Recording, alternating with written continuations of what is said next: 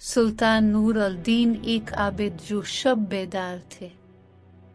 वो एक अजीम अलशान सल्तनत के फर्मा रवा होने के बावजूद ऐसे मर्द दरवेश थे कि जिसकी रातें मुसल पर गुजरती थीं और दिन जिहाद में। वो अज़मत व किरदार का एक अजीम पैकर थे जिसने अपनी नोक शमशीर से तारीख़ इस्लाम का एक रोशन बाब लिखा था। सुल्तान नूर अल-दीन ज़ंगी रात का बेशतर हिस्सा इबादत व मुनाजात में गुजारते थे। उनका मामूल था कि नमाज इशा के बाद बकसरत नवाफिल पढ़ते और फिर रसूल अकरम पर सैकड़ों मर्तबा दुरूद भेजकर थोड़ी देर के लिए बिस्तर पर लेट जाते। चंद सातों के बाद फिर नमाज तहज्जुद के लिए उठ खड़े होते और सुबह तक निहायत खुशू और खुजू के साथ इबादत में मशगूल रहते थे। एक शब वो औराद व वज़ाइफ से फारिग होकर बिस्तर पर लेटे तो ख्वाब में 3 बार रसूल करीम की ज़ियारत हुई। बाज़ रिवायतों में है कि सुल्तान नूरुद्दीन ज़ंगी ने मुतवातिर 3 रात हुजूर को ख्वाब में देखा। हर मर्तबा 2 आदमियों की तरफ इशारा करते हुए हुजूर ने फरमाया, नूर अल-दीन, ये आदमी मुझे सता रहे हैं। इनके शुल्का का इस्तेसाल कर। नूर अल-दीन ये ख्वाब देखकर सख्त मुस्तरब हुए।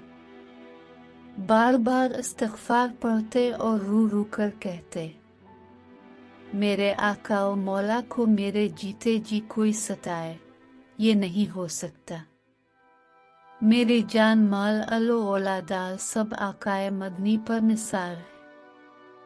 खुदा इस दिन के लिए नूर अल-दीन को जिंदा न रखे कि हुजूर गुलाम को याद फरमाएं और वो दमिश्क में आराम से बैठा रहे।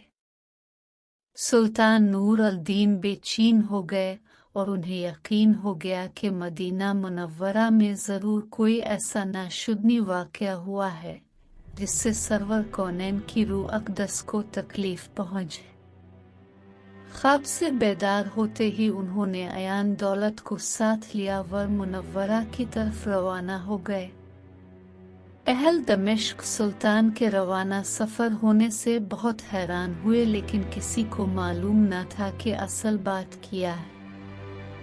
दमिश्क से मदीना मुनव्वरा पहुँचने में आम तौर पर 20 से 25 दिन लगते थे, लेकिन सुल्तान ने ये फासला निहायत तेज़ रफ्तारी के साथ तय किया और 16वें दिन मदीना मुनव्वरा जा पहुँचे।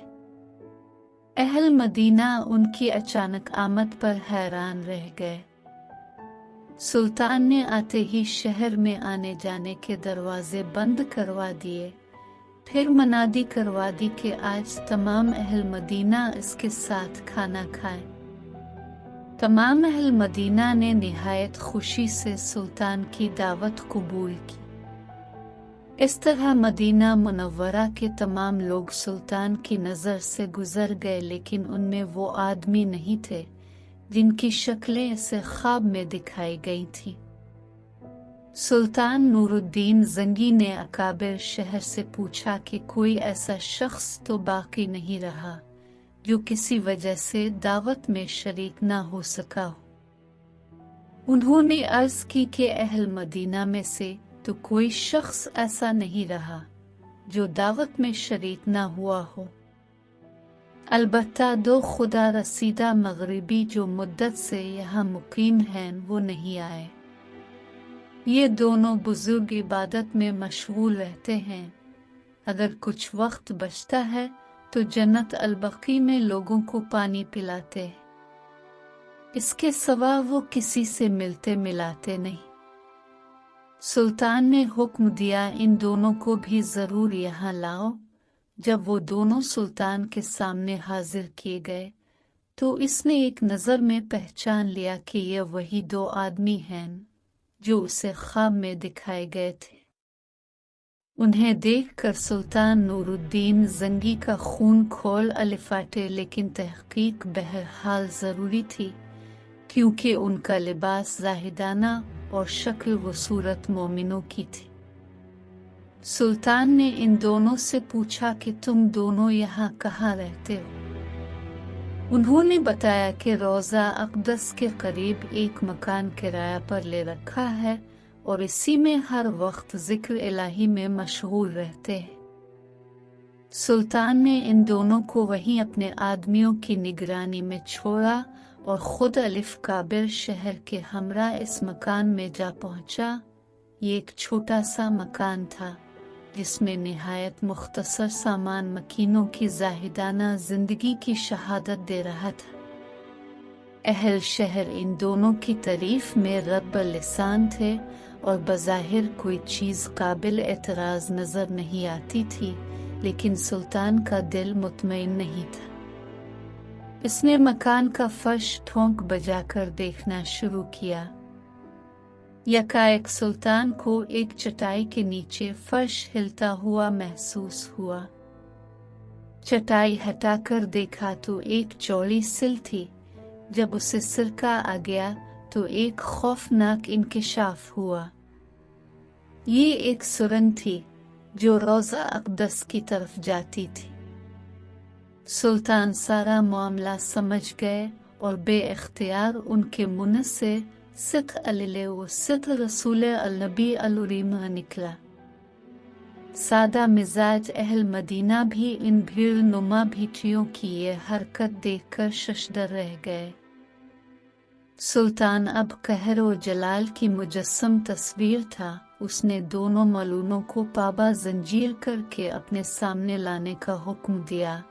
जब वो सुल्तान नूरुद्दीन जंगी के सामने पेश हुए तो सुल्तान ने दोनों बदबख्तों से निहायत गज़बनाक लहजा में मुखातिब होकर पूछा, सच बताओ तुम कौन हो और इस नापाक हरकत से तुम्हारा क्या मकसद है?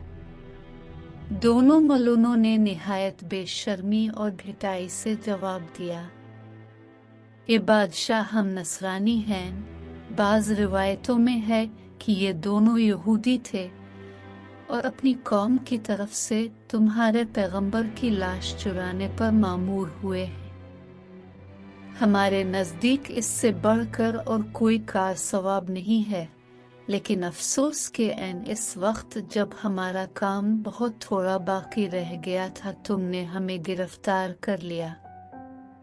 एक रिवायत यह है कि ये सुरंग हजरत उम्र के जसद मुबारक तक पहुंच चुकी थी, यहाँ तक कि उनका एक पाँव नंगा हो गया था। सुल्तान का पैमाना सब्र लबरेज हो गया।